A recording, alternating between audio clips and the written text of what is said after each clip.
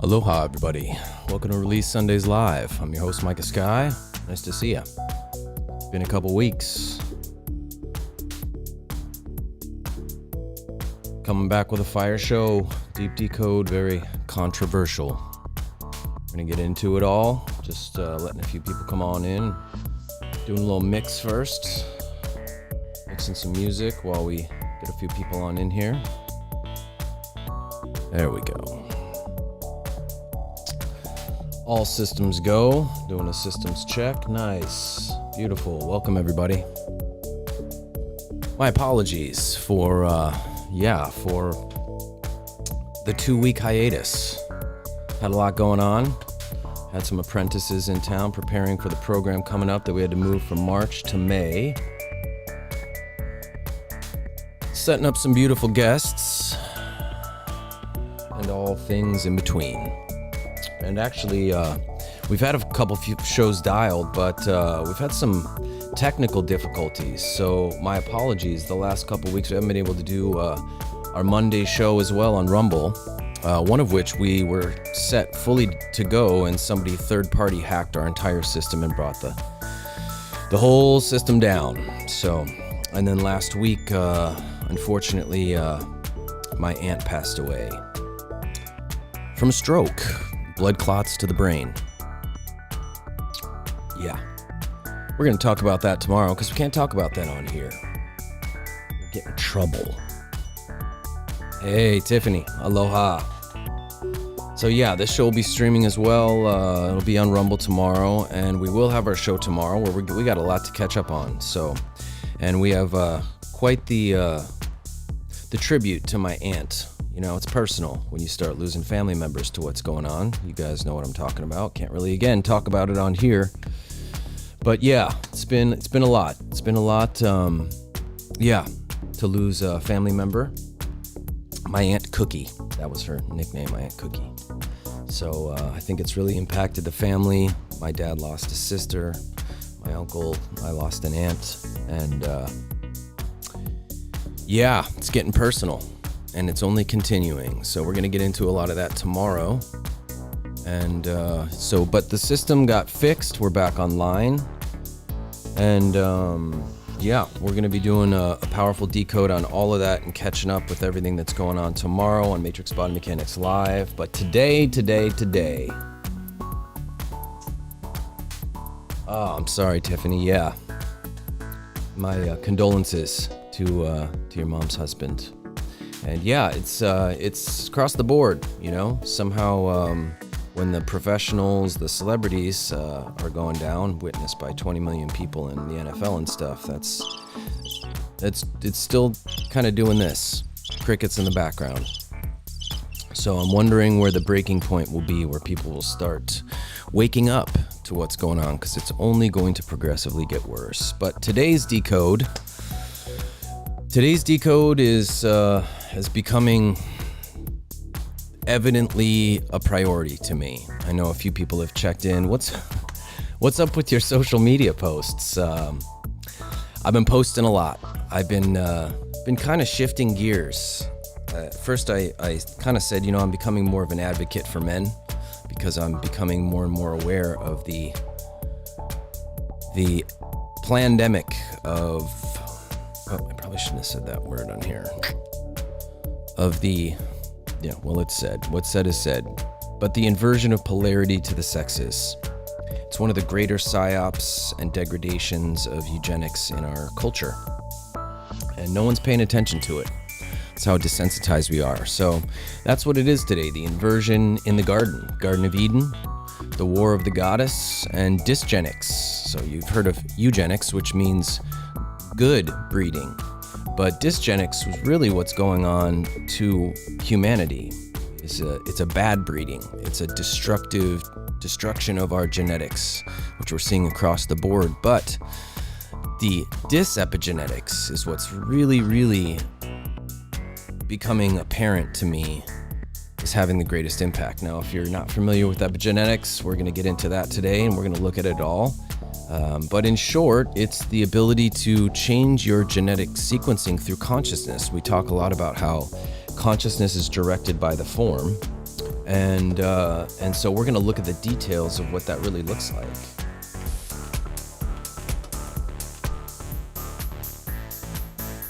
First, we're going to do a little mix. Let a few more people gather on in.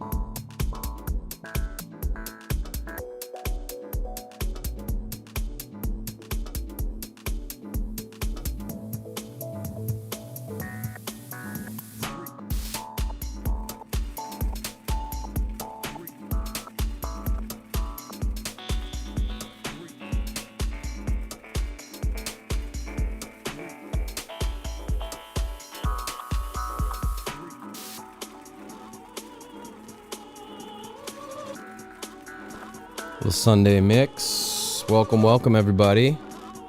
Yeah, Rob, nice to see you in here. Aloha, Germany. Got a lot to cover in regards to Germany tomorrow for Matrix Body Mechanics Live. But again, today we're going to do a show that hopefully won't get banned on here. I really hope so. Truth be spoken. Aloha. Is that Florida? Yeah. Man, is it as cold and windy there as it is here in Hawaii? It's been pretty trippy. Where's the global warming? That's what I want to know. Do you think it's going to get any warmer? It's just pretty cold.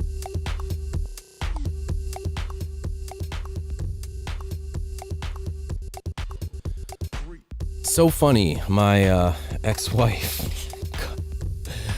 was trying to be derogatory and called me the redheaded Mad Hatter. She meant it to be insulting, but I actually thought it was kind of funny and cool. Because if you know anything about the Mad Hatter and Alice in Wonderland, you don't fuck with the Mad Hatter. Okay? The Mad Hatter was he was a rebel. He was an anarchist, and something we're gonna address is being breeded out of the male populace. You see, we're under a deeply seated inversion of polarity. It goes back to the beginning. Now, we all have different understandings of the origins of humanity. Some people may still be under this delusion of Darwinism, which has all kinds of large gaps of science and logic to it. I think the missing link's one of the more significant ones. But if you have any familiarity to the origin to the Garden of Eden, whether you want to see it as metaphorical or celestial, that man was created in the divine image of God. And I've been studying all about it because, I'm gonna keep it real. The Holy Spirit has come deeply into my life and cleared so many beautiful things. And you know what's beautiful about spirit is everything is testable. And you shouldn't do anything that doesn't produce results. And I've been studying ancient prophecy. We've talked about that for a while.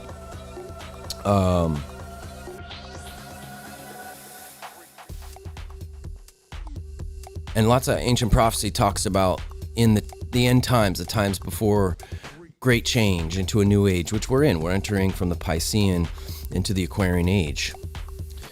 And just like from the Tauran age to the Piscean age, there was a lot of great change. In fact, there's on record, whether you believe in the spirit of the word of the ancient texts, not the dead word, not the distorted dogmatic religion, but we're talking about the spirit of the word.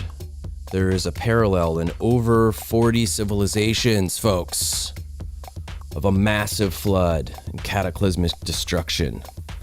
And the science, if you check out channels like Suspicious Observers, the science is reflective. Every 3,000, every 6,000, every 9,000, every 12,000, every 16,000. There's these massive cataclysmic cycles, these solar minimums, and we're in the midst of one right now. And so whether you want to believe it to be so, the science is there. Science is there, friends. And I mean, we're looking at, daily updates from the solar fluxing that's happening. And in those times, there was always a path that forked and split. There was no middle ground past a certain point. You had to choose. You're going to walk with the light. You're going to walk in the deception of the matrix that had been constructed through a darker age. In fact, cosmologically, they saw we went through these 3 seasons, just all reflective of the seasons. The truth can always be reflected out.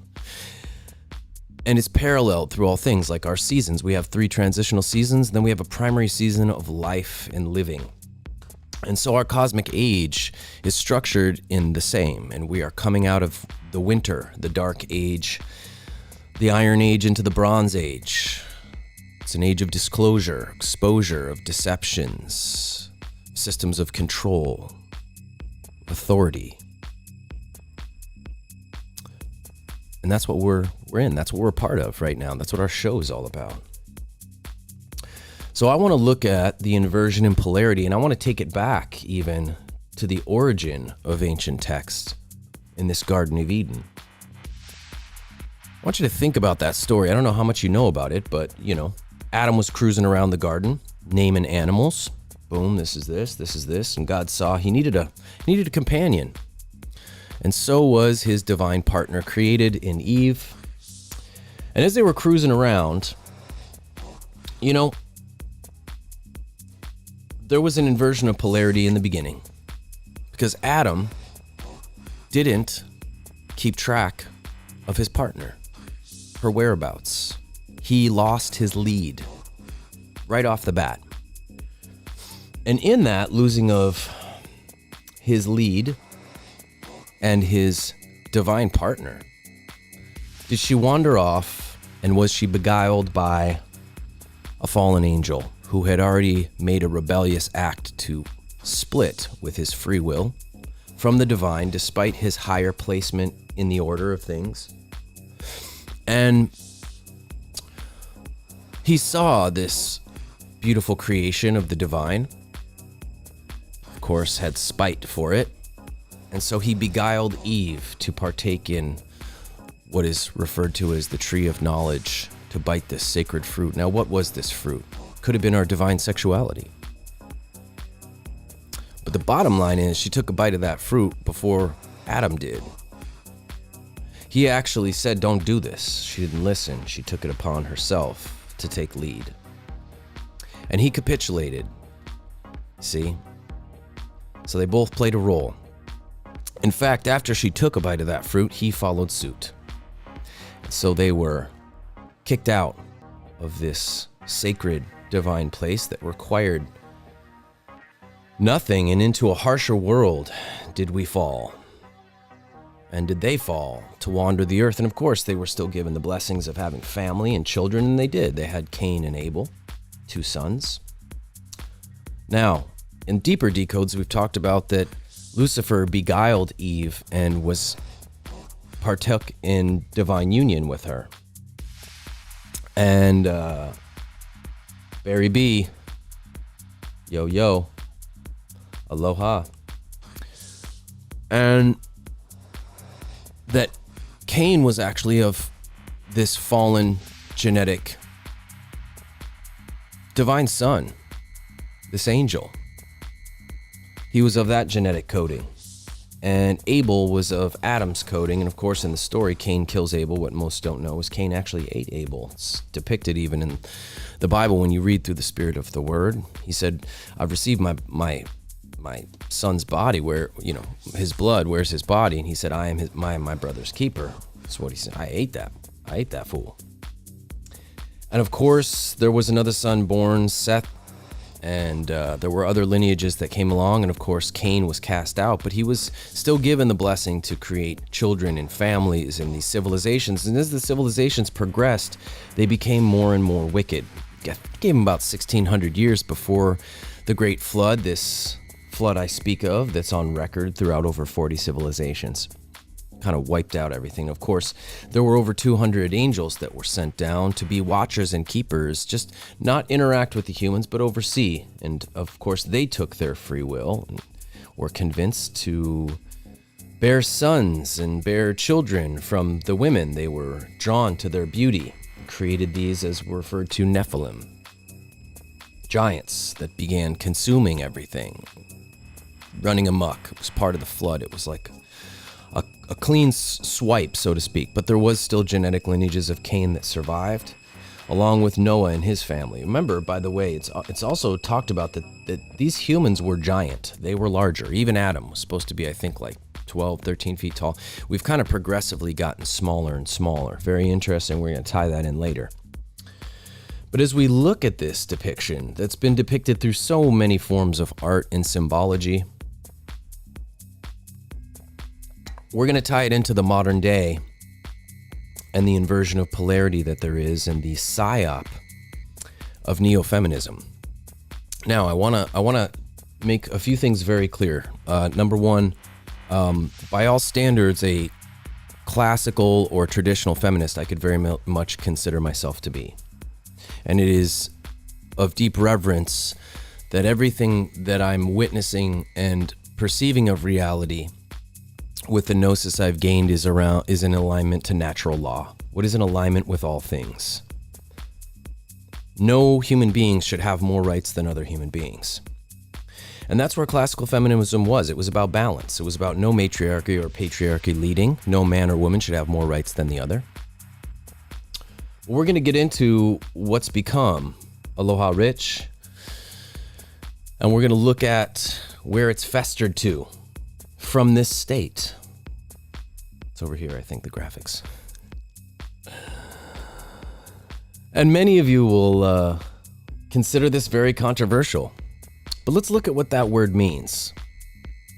Now, first and foremost, I'm going to take a pause. I just want to give mad props and respect to Mark Passio. If you haven't seen his work, go check him out. He has a channel on YouTube. He's brilliant. He's put so much energy and effort into doing this out of moral obligation for having the gnosis, and I feel the same. That's why I'm doing this show today. That's why I am going into a place of controversy, of something very controversial. So a lot of so many of these slides are from a presentation of his, which I recommend that you check out. It is called The Unholy Feminine, Neo-Feminism, and the Eugenics Program. So as we get into this, I just want to give context. My goal is to do my best job of sharing this information with you all, adding extra gnosis and perspective that I hold, that's come up for me in witnessing it. And the reason it's so personal is not only have I witnessed it in the world around me, especially the newer generations, millennial generation, the worst, because of the technological infusion, indoctrination, programming, just to the brains of technology for just the dopamine and serotonin codependencies. But I've also experienced it in my interpersonal life, to keep it real, with the destruction of my last marriage and my family, which I put everything into for 7 years. And now I'm able to see it from a more transpersonal template, that it's not personalized. This is something that has gone on across the board with our people, and we can't change it unless we look at it. Just like it says right here, you cannot change what you refuse to confront. So let's look at what controversial means. From the Latin adverb contra, which means facing. It's coming face to face with something. And the Latin verb visare, meaning to change or to alter. So literally, controversial means coming face to face with something to change it. And that is what we all must do for everything that's happening in the world right now, much of which we talk about on the Monday show, because we can't even talk about it on YouTube because of the censorship that there is. Ultimately, my focus for this is to, and we are going to put the focus to the fall, the attack on the feminine. And we're going to address the masculine too.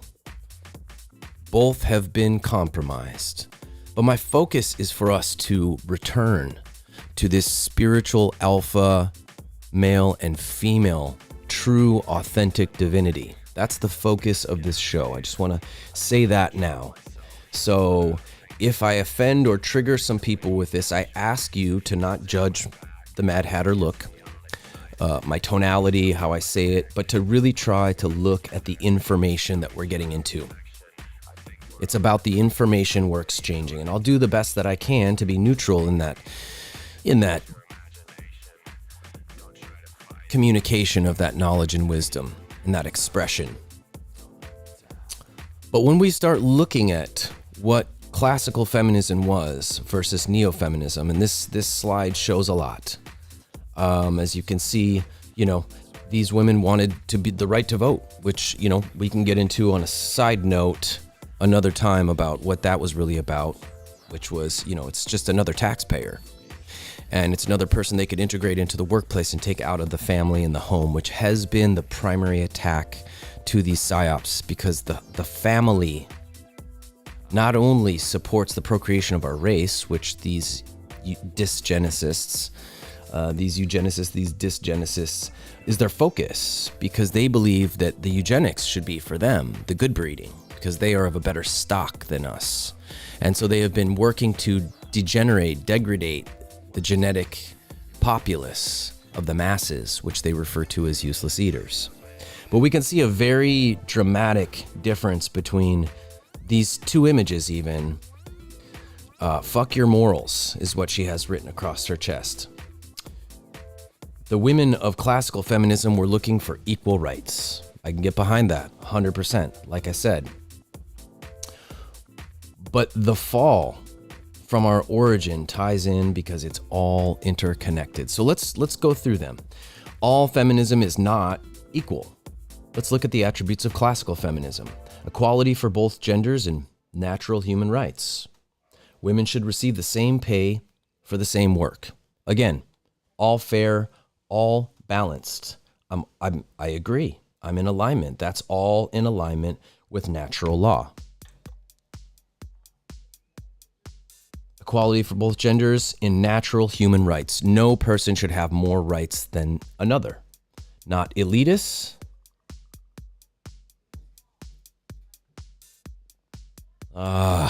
Okay. All right, guys. Let me see why that is. Hang on one sec. Gotcha.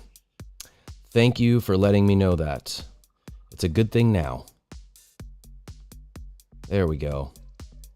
Let's see how we're doing now. All right. You know what's funny? I have the screen on and I wasn't even paying attention to that. Thank you, Brotinga. I appreciate that. Let's see. It's going to catch up right now. Let's see if we get our visuals going before I move forward. There we go. Now we're talking. So again, with that visual, my goal is for us to return to our spiritual alpha divinity of masculine and feminine, true, authentic masculine and feminine. But we have to identify what's been going on. So moving over, we can see again these two images I spoke of, okay? They are pretty self-explanatory.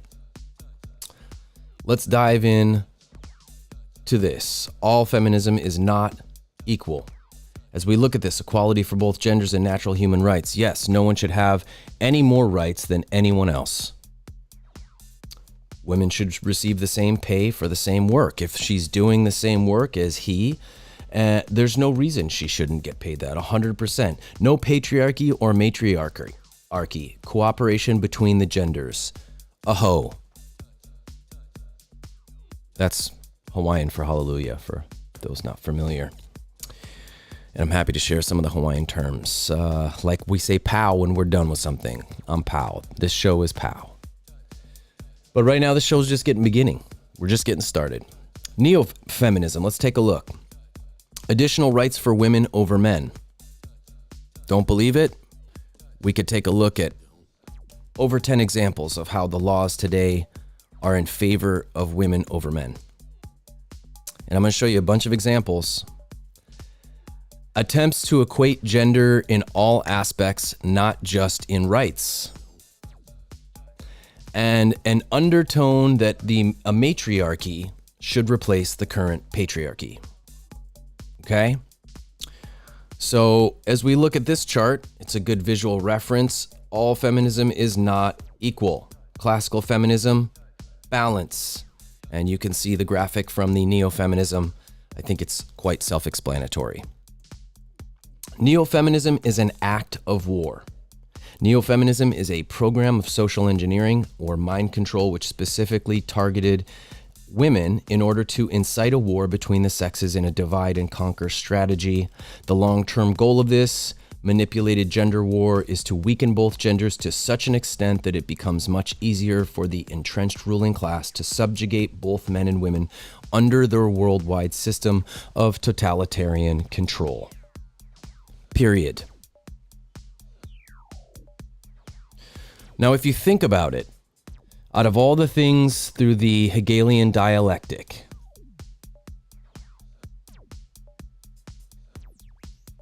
boom, exactly. So many, whether it's a Hegelian dialectic with religion, across many fronts, they've divided us. Very rarely you're going to see a 50-50 divide. Now, we've seen one recently with the quaxed and unquaxed, right? Okay. That's one of the other ones. It's pretty 50-50. You're either and that's been a big divide. But if you look at the gender war, it is fully masculine, feminine, 50-50. And all the spectrum of distorted, delusioned genders that they've been trying to implement as part of this psychosis. Most people are completely ignorant to the fact that the ongoing and largely undeclared gender war is an occult eugenics agenda. The intention of this, and my intention in presenting this information, is not to further divide the sexes, but to expose the covert agenda which is being implemented by dark occultists, which we're going to look into, who seek to subvert the true natural order and replace it with their twisted and depraved religion of death, slavery, and control. Now, when you understand the Hegelian dialectic or dialectic manipulation, the word dialectic is derived from the Greek preposition meaning through or by the way of, dia, and the Latin noun lectus, meaning choice. So it's dividing people through the illusion of a choice that splits them. We see it with Republican, Democrat. We see it with what we just talked about, the quased and unquased. Trying to come up with variant words so I don't get triggered by bots and stuff like that. It was indeed, sir. Rob, it was. And also, again, they are just one faction of this order that has put this in. So you can see the cow is going to the slaughterhouse, whether he goes to the Republican or the Democratic side. It's an illusion of free choice. So the illusion of a patriarchy or a matriarchy, it is all the same manipulation. Only one side needs to buy into the manipulation in order for the divide and conquer strategy for dialectic manipulation to be successful. Think about that. They only have to get to one of the two sides that they are dividing. Okay? A good example would be in World War II. Okay? Yes, very much. The Nazi movement that was led was destructive and caused great destruction, but it was initially started by Hitler as a defense to what took place in Russia with the genocide of over 60 million Russians from the Bolshevik Khazarian elitists and Zionists in Russia. And it was being set up and waged in Germany. And then, of course, it got fueled, and we've gone through several times over where actually the war was, Hitler wanted to stop the war. but Germany got firebombed for like a week, and it was fueled, and then the Rothschilds came in and funded Germany, and it became the mess that it was. Again, all fueled into division. Please excuse the sounds in the background. It is Sunday here, and our little tribe on our grounds, they're enjoying their Sunday out in the sun. Only one side needs to buy into the manipulation in order for the divide and conquer strategy to work. Very much, this could be seen through so many historical events and false flags. This presentation is ultimately solution-oriented and is not presented to incite a further divide between men and women, but to promote awareness of the manipulation tactics being employed against both genders. The final part of the presentation, which actually we're going to come into on a secondary show, because there's so much to get into, will focus on those solutions that we can implement to heal and divide, to heal and resolve the divide between the genders and promote unified relationships. And I just want to touch base on a lot of the practices we do with breath work and with meditation and prayer is actually naturally balances the hemispheres, because friends, this is an inversion that goes to how the mechanics of our brain works from left and right hemispheres. If you're chronically dominant in the left brain, which is that more masculine, strategic, logical, then you are going to operate improperly in your brain and how you perceive reality. If you are chronically dominant in your right hemisphere of your brain, the same. That is about receptivity, creativity, emotion, and expression. And if you're chronically dominant in it, you can become more submissive and naive to manipulation and control. The goal is to have a balance of the hemispheres and the polarity of your brain, which activates the frontal cortex and the neocortex, which is the higher thinking brain, and it allows you to discern between what is truth and false fantasy, which they don't want, because that wouldn't work very well in manipulating you. In order for us to have a deeper understanding of what their overall goal is to have a deeper understanding, aloha William, of eugenics. The word eugenics is derived from the Greek adjective eugenes, which means well-born, okay? Eugenins, which is in turn derived from the Greek adjective eu, which means good, and genos, which means race or stock, good breeding. Eugenics is a social ideology advocating the promotion of higher rates of sexual reproduction for people with traits and characteristics desired by its proponents, and reduced rates of sexual reproduction and sterilization for those with undesired traits and characteristics.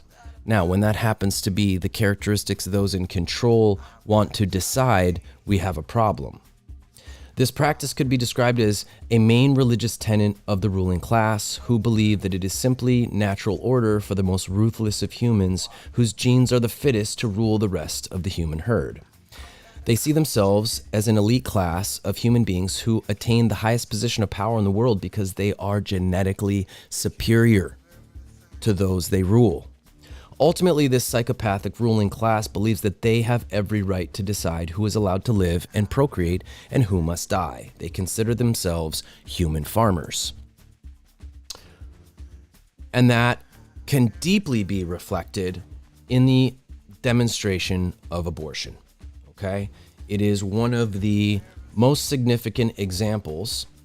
And if you don't believe me, let me just do this. I'm going to pop out real quick because I want to bring this clip up right now. Where is it? Yes, this is our whole presentation. Where is it? Ah, there it is. Okay, we're going to just move that right up there. Let's take a look at this. This was just erected, put up on the New York courthouse. Did you guys see the statue they put up in New York City this week on top of their courthouse? Yikes. So one city council member called it a satanic golden Medusa demon with tentacle arms, which is I would say nailed it, except for I would argue that I don't think it's Medusa. I think it's actually Lilith. And in the rabbinic mythology, Lilith was actually the mother of demons. So they honored abortion in Ruth Bader Ginsburg with the mother of demons. Well, I'm not going to say that's not fitting, but distasteful, yeah. And talk about spiritual blindness. How does this thing make it up onto a state courthouse? How does it stay up? Where's the outrage besides conservative and Christian bloggers and content creators, with backwards hats? I don't know. Times we're living in, I guess. Or Mad Hatter hats. So here's the thing. The more you learn about history, about the anthropogony and cosmopogony of these fallen gods, again, which were just these angels that came down and represented false gods to the people before the Piscean Age. The Tauran Age was represented by the bull. They worshipped a horned god. Okay?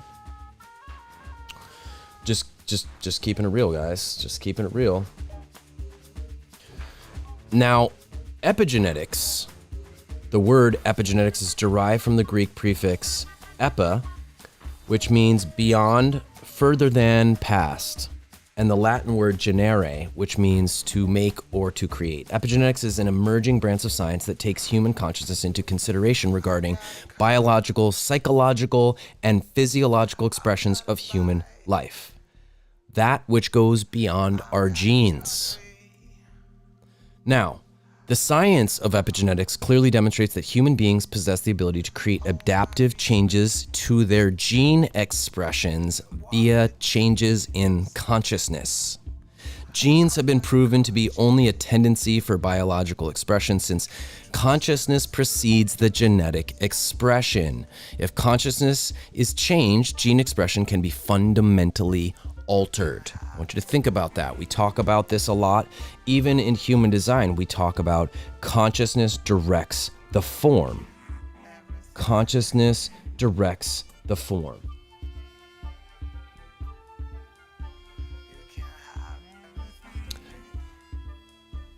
I'm not even going to dive into that one because, again, that is part of the deception. Because part of the core of satanic belief is actually that you are the God that gets to make the decision. And this goes into moral relativism, do as thou willst. Now, epigenetics have been integrated into our society and the awareness around it down to Time magazine, okay? Epigenetics has shown that human beings are not controlled by genes like computer programs are controlled by code. This is a fallacy propagated by the Darwinian scientism for almost 2 centuries. By the way, Darwin was also an occultist and Satanist. When we work to change our consciousness and beliefs, our biological and physiological code can actually be rewritten, and a different expression can be manifested. In other words, we are not our genetic code. If fully grasped, we are the writers of our genetic code. This fundamental understanding could help us to radically transform our world for the better. And that's the thing, is that there is a beautiful aspect to the positivity of what can come from this. And many authors, I'm sure many of you are familiar with them, Bruce Lipton, Joe Dispenza, Greg Braden, have written books about this, that you can actually heal your physical ailments. No, human design is not. I actually follow the human design system. But again, it's all a point of reference of what you're referring to with that word. Ultimately, demon. Let's keep it focused. In the epigenetics, okay, for a positive note, there is so much scientific research that you can actually heal your genetics with consciousness and intention. It's a beautiful thing, and I support you to please dive into the illuminated side, the positive side, the side that aligns with the divinity of the point of consciousness directing the form. Now, equally, in a world of duality, epigenetics can be used to mutate and degrade the genetic infrastructure through the mind and through manipulating the mind. What if an occult ruling class long ago discovered how to influence the breeding process with an entire population for the purpose of making those populations easier for them to control? It's basically a controlled human breeding program by manipulating human consciousness. Now, we all know that the television puts the brain in an alpha wave state, and that alpha wave state is susceptible to manipulation. In fact, when you watch things, your conscious mind might say this is a movie, but the subconscious looks at everything as if it's real. So when you see people get killed in movies, your subconscious is going, wow, I just witnessed somebody be killed. Okay? And there were over 60 studies launched by the government once they learned this about television. Eugenics is the propagation of eugenics by way of social engineering or mind control and selective breeding by the very population which the eugenics strategy is targeted to destroy. One could call it mind-controlled downbreeding, okay? Or in other words, getting the herd to cull itself, kill itself, destroy itself. And really, we could use the word dysgenics because "you" means good. It's very important to understand that eugenics is not just about population reduction, it's ultimately about controlling which characteristics are expressed in human society by breeding certain desired characteristics into the gene pool and breeding undesired characteristics out of the gene pool. Thus, the inversion of polarity. Now, we've identified that you can program the mind to be chronically left dominant or right dominant or chronically imbalanced in both, where you're bipolar surging between the hemispheres.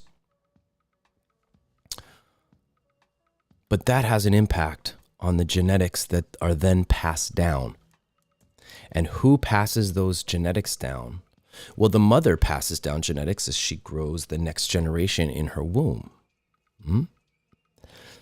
But if her consciousness has been manipulated and directed, that will also affect the genetics that form inside of her. It's not just the physical side, the physiological side. So dysgenics and epidysgenics is the socially engineered aspect of our society that really they're not eugenicists, they're dysgenicists. They're creating people with horrible traits and characteristics through the manipulation of human biology and consciousness via the chemicals in our food, water, and air, in addition to the radionics, the radiation from our cell phone devices, which we are constantly addressing.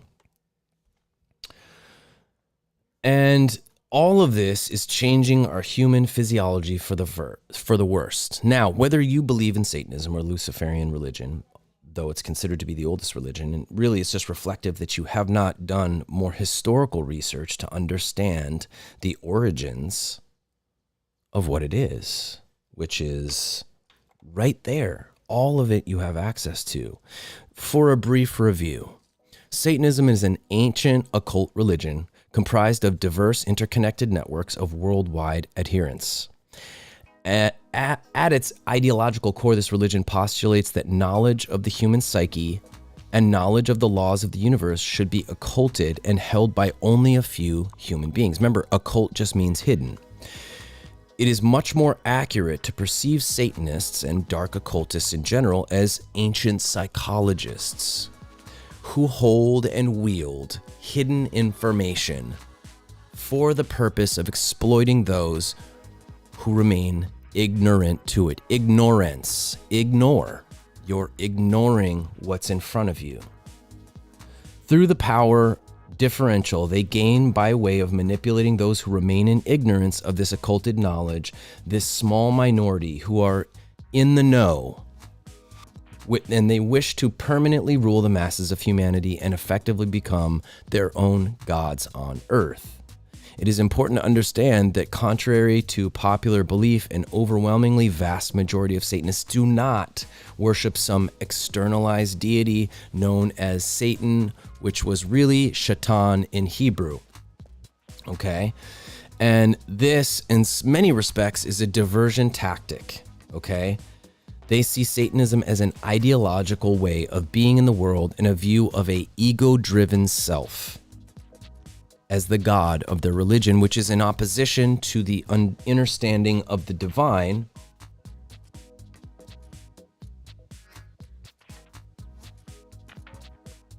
So it's in direct opposition. One could say they are all about involution rather than evolution. The symbolism and trappings of the Christian devil or Shaitan, Satan, are used in modern Satanism for two reasons. The first is just to make outsiders see Satanism as just another quaint religious belief that is based upon traditional Christian belief systems, which most people don't believe in anyways because of the organized religion infection, the distortions in Catholicism, the history of Catholicism and other organized religions, as there is truth and ego in all spiritual teachings. And there has been so much misinterpretation of divine ancient word by design that it has all been, in fact, in the New Age deception, false Christianity is one of the primary ones that's part of this deception.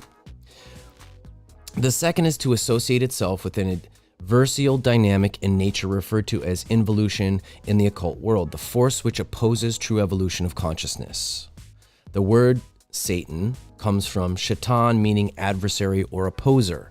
Satanism is ultimately about being opposed to the true order of natural law, which is the universal laws of morality which govern behavioral consequences of human beings who are gifted with the capacity for holistic intelligence and free will.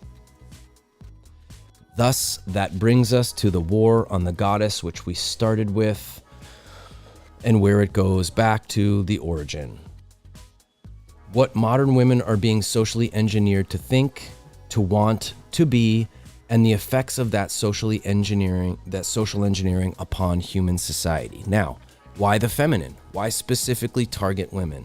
Since women possess the capability of influencing men, most men will just adjust their attitudes and behaviors to conform to women's likes and preferences. Think about that, friends.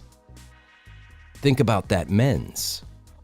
How much have we orchestrated our everything to draw the attraction of the feminine?